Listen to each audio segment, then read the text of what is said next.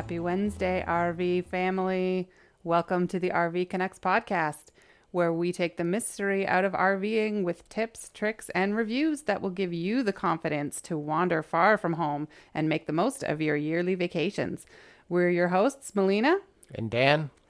And together with our two teenage daughters, we spend our time RVing across North America on a part-time basis. And we aim to answer all the questions you've always wanted to know about RVing, and maybe some you didn't even know to ask. Funnily enough, that brings us to episode 5, which is our first episode dedicated to answering your listener questions. Today on the show, we'll be talking about solar power for your rig, properly leveling your trailer or RV, my best stress-saving organization tip, and as promised in episode 2, we have a review of the Happy Campers tank treatment, which may literally have saved our lives. And I don't mean this as in it saved our lives, it's such a great product, you have to try it. I think it literally saved our actual lives. So stay tuned for that. And if you haven't listened to episode 2 where we mention the tank treatment, please do. It's been our most popular episode to date because we talk about all of the issues everyone has, but nobody wants to talk about when it comes to maintaining your RV. So tune into that if you want to get the full scoop on poop. Let's get into the meat of the episode, listener questions. So let's talk about solar power. Dan? Hi, so we got a really good question about solar power, and that question came after I had mentioned that bringing a battery charger was a good idea just to top up your deep cycle if you ever ran into trouble. And so then somebody asked, thoughts on solar versus generators. And so what I would say is, setting aside the ethical question about renewable versus non-renewable energy, if you're trying to decide between a generator or solar power for your rig, I think you need to start with what do you want to do with your rig and what do you want to run. Do you want to run your air conditioner? Do you just need to charge a phone? Do you just want to run the lights? Do you need to run the toaster, the microwave? Once you determine what your power needs are, then I think you can start to work backwards from there and decide which source of power that you want to use. So for example, you can add in solar power, and depending on how much power you want, that means you need to add more batteries and install those to the rig. That means that you have to add more weight and take up some of your storage space. With all of that being said, the benefit to solar power is that assuming the sun is shining on your trip, you don't need to worry about topping up on gas or going empty in that respect. The advantage to a generator is that a generator will give you a consistent supply of power. It will give you enough power to power everything in your rig, run your air conditioner, your fridge, hot water tank, all of those kind of devices. And so if that's important to you, then maybe you want to consider going to a generator. The downside to a generator is that you have to provide some mechanical maintenance to it. You're going to have to top up the gas, check the oil. You've got to get it started. And so all of that takes a little bit of work. And they're kind of loud. And they can be loud. Now there's lots of different generators on the market. Some are quiet, some are noisy, but Melina's right that some of those can be loud, and it kind of takes away from the whole aspect of connecting with nature and being an RVer.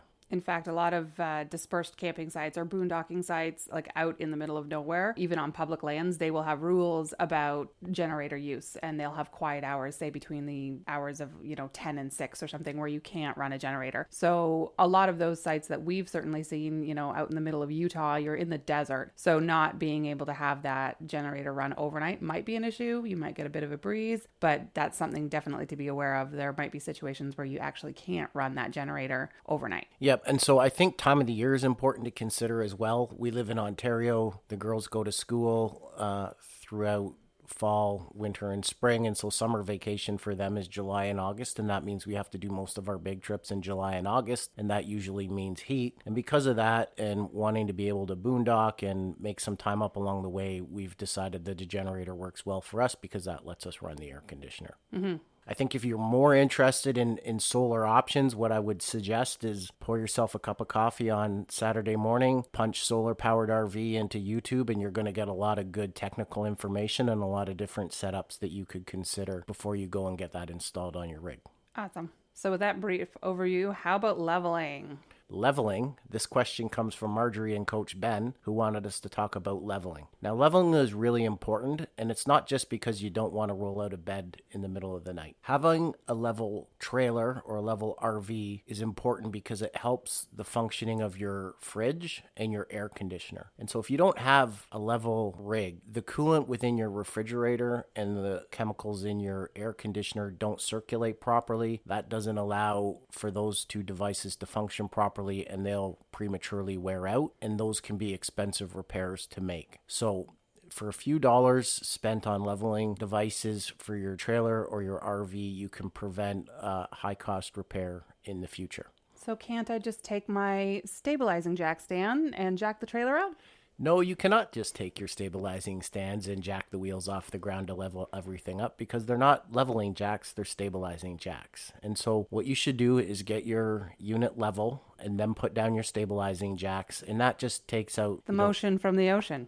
Exactly. the little bit of the shifting of the unit as you walk up and down the floor and that kind of thing. So how do you level then? So you can get leveling crescents, you can get self-leveling blocks. We use a Camco product that does a lot like a Lego block. You could even just cut pieces of wood in your garage and use those. But basically what you're going to do is pull onto your site, figure out which side needs to come up, put some leveling blocks under those tires, pull onto the leveling blocks, pull out a small level, and see if you're level. We like to use the Lego type blocks, not just because we can level and we can adjust the height, but we can also put those underneath the stabilizing pads or under the tongue jack in case we need a little bit of extra height as well to help those two things out. So they kind of serve more than one purpose for us. What I like about those leveling blocks is we tend to encounter some really, really unlevel sites. And the way that you stack those together like level blocks, you're almost making a ramp as you're stacking them. What I would suggest, and what we certainly do, is we actually have 2 sets of those blocks. We did have one set for ages, but found that we needed to supplement from time to time with wood just to give us the height we needed on some sites, and also to make sure we have extra blocks to go underneath the stabilizing jacks. So having 2 sets for us has been really beneficial and is a whole lot easier than trying to go up on a very, tall piece of wood and having it spin out from underneath your tires. And it just removes a lot of the headache from the leveling process. Yep, and there's really no right or wrong device. Whether you're going to use wooden blocks you made yourself or leveling crescents or the Lego type blocks that we have, there's no right or wrong device. What I would say is that that's a small price to pay for the repair that you're going to eventually need to your fridge or your air conditioner down the road. So for less than $100, you can certainly get yourself leveled, and it doesn't take you very much time once you arrive at the campsite. Mm-hmm. So to check if you're actually level, we actually use our fridge to check for level. When we arrive, we think we've got everything level. We will actually take our small bubble level, our torpedo level, and we will place it inside the fridge, both side to side, front to back, to make sure that that's level, as well as checking somewhere in the middle of the trailer on the ground. And one thing I will mention is we've kind of learned this over the years of just eyeballing our trailer, is that, we may lift the door side up and we've got quite a large slide on the other side, and it might look that the door side is still a little bit low, but we know roughly how much gain or how much height we're going to get when we push that slide all the way out. It actually will force some weight onto the other side of the trailer. And we have had that, we've learned that the hard way, I guess, is that we've leveled the door side way too high. And then when we put the slide out, it tips the scales so that we're off where we should be, enough that we have to get off the blocks and start again. So that's something to be aware of. If you have 1 or 2 or more slides on your trailers, just kind of know how that weight disposition works and figure out from there, you can kind of reduce the height that you're putting underneath those opposite wheels to get that level result at the end. The other thing I would say too is if you've been at a site for a couple of days and it's gravel or sandy, don't be afraid to go out and check your stabilizing jacks just to make sure that things haven't settled. I think if you camp in an RV park and you're on a cement pad, you really don't need to worry about it. But, if you're on softer ground, things will settle, and just, an extra quarter turn or a turn into things will just stiffen everything back up and you'll be fine. But it shouldn't be something that you're intimidated by. We actually ran into a nice lady a couple of weeks ago when we were at Selkirk who only chose pull-through sites because she drove around the site just to try and find a level spot as opposed to just leveling off the trailer. So I think you'll just make your whole campsite experience a bit better if you can level off for the 5 minutes of time that it takes at the beginning of your arrival and your setup. And this lady, we actually ended up lending her a couple of leveling blocks to get her level instead of trying to, take her fifth go around on this roundabout and going through this pull through to try to level herself off. So I'm pretty sure that one of the first spots she stopped on the way home was probably a Canadian Tire or somewhere like that to get some leveling blocks. So definitely we can't recommend them enough. But again, always level off the wheels. Do not use your stabilizing jacks. They will buckle, they will bend, and you will end up spending a whole lot more money to fix them. That's probably the top tip that I would give on leveling, especially for new RVers. Yep, level front to back and side to side, and you'll be just fine. Now, you wanted to talk about organization a bit? Yeah, so earlier this week I put an organizing tip, or I put a photo of one of our hacks that we use for organizing inside the trailer, which is a great tip. You can go on Instagram at RV Connects and check that out if you want to see an image. But basically, it led to a broader conversation of organization within the trailer. And I was thinking of all the various hacks and organization tricks we've added to the trailer over the years, which, stay tuned because we'll do episodes on those later. But one of the things I realized that I would not do again, and this was kind of a product of me being so excited that we had just upgraded this trailer to something that had a bathroom and a shower. I basically trolled the aisles of Target for hours looking for dishes and, cute little accessories and whatnot to put in the RV. But what I did, which was a massive mistake, is that I got matching towels, which I was super excited about. Oh, look, it's a matching set. It's great. But that was probably the worst mistake I've ever made, because when you have a small trailer and you've got not a lot of room to hang towels independently, they end up getting just, thrown over the trim of the RV slide or over doors or on hooks. But every towel looks the same. So then we end up with like, oh, this is my towel and now it's wet. Why is it wet? And trying to figure out whose towel belongs to who. And there's nothing kind of worse than stepping out of the shower and grabbing a towel you think is yours and already is wet from somebody else. So that's my, I guess, organization don't do trick. Like, I know it looks pretty to have all these matching towels, but maybe however many people in your family you have or guests, just buy different color towels for every person and then they will remember. So that is my trick not to do, I guess. Yep, great tip. Towels are just like toothbrush. Everybody has their own color. Yeah, we've gone through that. We just bought new toothbrushes and I'm not even going to say why, but you can guess. They don't need to know about our toothbrush. Everybody needs to know about toothbrush problems. Okay, so that's our listener questions for this episode. If you have a question you'd like to ask or something you'd like us to cover on a future episode, you can connect with us on Instagram at RV Connects. Just send us a direct message on there, or you can log on and send us an email to hello@rvconnects.com, and you will find all of our show notes, blogs, recipes, campground reviews, you name it, also on our website at rvconnects.com. So maybe have a look at that while you're at it. And now we get into the review that we promised you in episode 2 of the Happy Camper Tank treatment. When I say it literally saved our lives, like it literally saved our lives. In episode 2, we talked about the Geo method, which was a mix of Calgon water softener and dish detergent and water that gets mixed into your tank to clean the sensors. However, Calgon is no longer sold in Canada for a couple of years now, I found out, and you can substitute with borax, but borax seems to be sold out literally everywhere. So what we did instead was we ordered the Happy Campers from the Canadian distributor out in Alberta. It arrived very, very quickly, which was awesome. And what we did is we put the Happy Campers treatment into both our black and our gray tank before coming up to the current trip we're on right now. And we filled our tanks to about 2/3 full? Yep, yeah. 2/3. And we drove up here with it to kind of let it slosh around and do its thing while we were driving. And then we dumped when we got to the park we're at now. And we've done one dump since then, and we'll tell you how that went. But I had read a lot of reviews. People love this stuff. It seems to be kind of marketed as like the miracle tank treatment. And one of the things that I had seen on a lot of the reviews is people had said that it had taken, up to 2 weeks to kind of take the smell out of the tanks.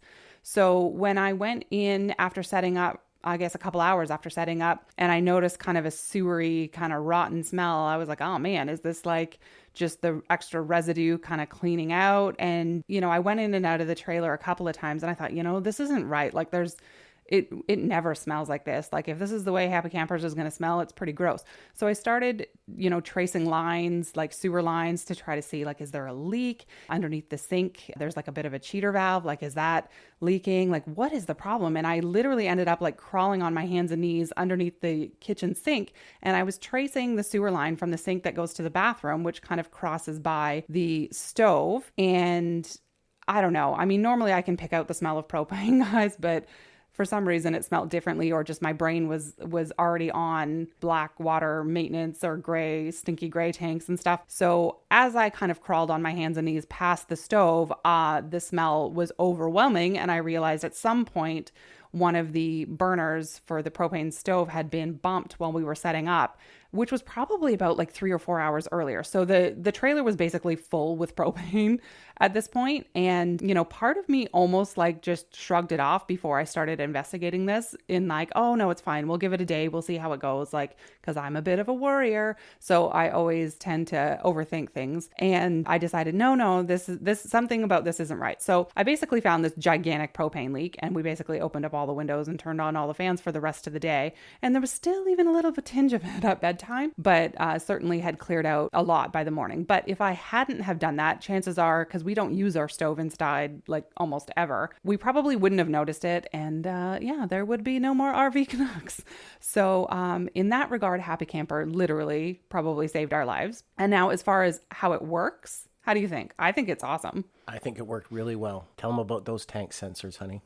Okay, this is super exciting because as we mentioned in episode 2, about knowing your tanks, ever since we've got this trailer, 1/3 has been the lowest reading we've ever got on the black tank. So we know that when we leave a park and we empty, if it reads 1/3, it's more or less empty. And I'm not kidding you. We got our first empty notification when we dumped. This is the first time it's ever happened. So our sensors are like lickety clean on that black water. That has never happened. It broke down stuff that must have been sitting in the tank forever. So that was something super, super, super exciting for us. Now, that being said, I did get a comment on Instagram about the Happy Campers that somebody we know who's also on the road with an older rig had said it didn't work for them. And that person, didn't have the benefit of a black water flush out, which we do. But if you have an older tank and you really need to get the pressure in there to just kind of clean out some of the gunk and remove those poo pyramids that tend to form inside your tank, something like a Camco Rhino Blast, where you can actually shoot water up inside the tank and give it a little agitation to get some of that stuff out, will probably help you. But I am finding, the smell has never been a huge issue for us, even traveling in the desert in, 44-degree weather for a month at a time. But I definitely notice a distinct lack of scent of any kind. When you're emptying, before we dumped, I added extra water in to our tank because it was only about 1/3 full. So I kind of stood there with the pedal on purpose to kind of open up that valve and see if anything was kind of coming back and hitting me. And I could definitely notice a lack of issue as far as smell is concerned. So I'm super happy with it so far. The key to this product is diluting it in water first. So it's a very fine powder. I just stuck the stopper in the kitchen sink and mixed it, with a spoon in the sink, and then just remove the stopper and let it flow down. And the same thing with the toilet. So you're actually killing 2 birds with 1 stone. So you're cleaning the toilet as well as sanitizing the tank. So you actually just fill the toilet bowl with water, put your scoop of Happy Campers in, and swish it around with a toilet brush, and it'll actually help you clean the toilet at the same time, flush it down, and you're done. Yep, I just think this is the biggest stress reliever ever. There's going to be no more conversations about did everything come out of the tank? Do we have a blockage? Are we holding people up trying to run the black water flush out? I just think it cleans everything out down there, and I think it'll make departures so much easier. And you really get a ton of doses in the container that they sent us. I think it's 18 40-gallon measures. Maybe we'll toss it in the show notes later. Yeah, we'll toss it in the show notes. I purposely bought the smaller or the smallest container they have just to check it. But definitely I can tell you like a bucket is coming home with us the next time, because I'm surprised. I'm really, really surprised, because a lot of people say this works, that works, but like this really works. So 2 thumbs up from us. And Happy Campers, we don't get any money back from them. We just think it's fantastic. So if you're considering ordering it, you can get it in the States and Canada. I did actually hear that a few Walmarts in Canada, especially in Ontario, do carry it. That isn't the case in our local area, but you can order it online. And I will put the link to the website for the Happy Campers, both the US and the Canadian sites, in our show notes today. So that's it. Yep. Thanks for listening, folks. And we will talk to you next week. Bye. Bye.